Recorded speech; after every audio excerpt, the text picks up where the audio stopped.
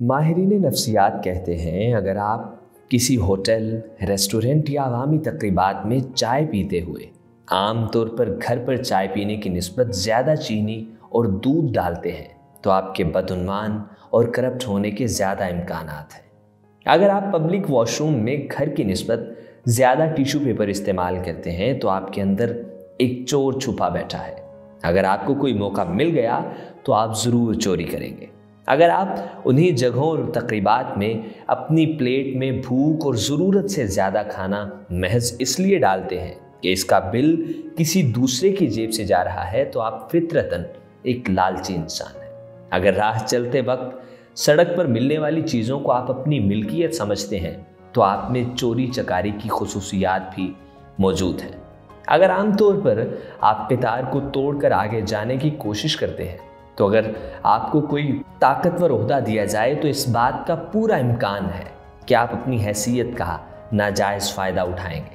اگر عام طور پر ٹریفک جام میں آپ قطار توڑ کر دوسری گاڑیوں کے اندر گھسنے کی کوشش کرتے ہیں تو جب کبھی آپ کو سرکاری پیسے کا رکھوالا بنایا جائے تو اس بات کا پورا امکان ہے کہ آپ اس میں غبن کے مرتکب ہوں گے، کیونکہ آپ کو قوانین و ضوابط پر عمل سے نفرت ہے۔ اگر ٹریفک ہدایات اور قوانین کو توڑ کر کوئی فخر محسوس کرتا ہے تو ایسا انسان اپنی ذاتی تسکین کے لیے کسی کی زندگی کو بھی خطرے میں ڈال سکتا ہے۔ اگر آپ اپنے گھر کے گندے پانی کا بہتر انتظام کرنے کی بجائے رخ دوسرے گھر کی طرف کر دیتے ہیں تو آپ کو معاشرتی آداب معلوم نہیں۔ اگر آپ گھر اور آفس کی فالتو لائٹس بند کرنے کے عادی نہیں ہیں تو موقع ملنے پر آپ ملکی اور قومی وسائل کو ضائع کرنے کا ارتکاب کریں گے۔ اگر آپ طالب علم ہیں اور امتحان کی تیاری محض امتحان سر پر آنے پر کرتے ہیں تو آپ کاہل اور کام چور ہیں، اور آپ اپنے ساتھ ساتھ اپنے والدین، معاشرہ اور قوم کے بھی دشمن ہیں۔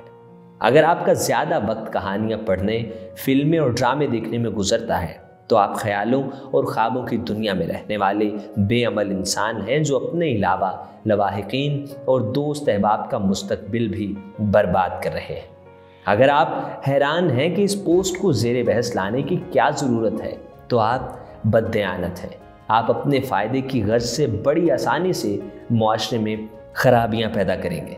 آئیے جہاں بھی ہمیں موقع ملے ہم خود باکردار انسان بننے کی کوشش کریں۔ یہ زندگی عطیہ خداوندی ہے اور قوم کی امانت ہے، اس میں خیانت ہرگز نہ کریں۔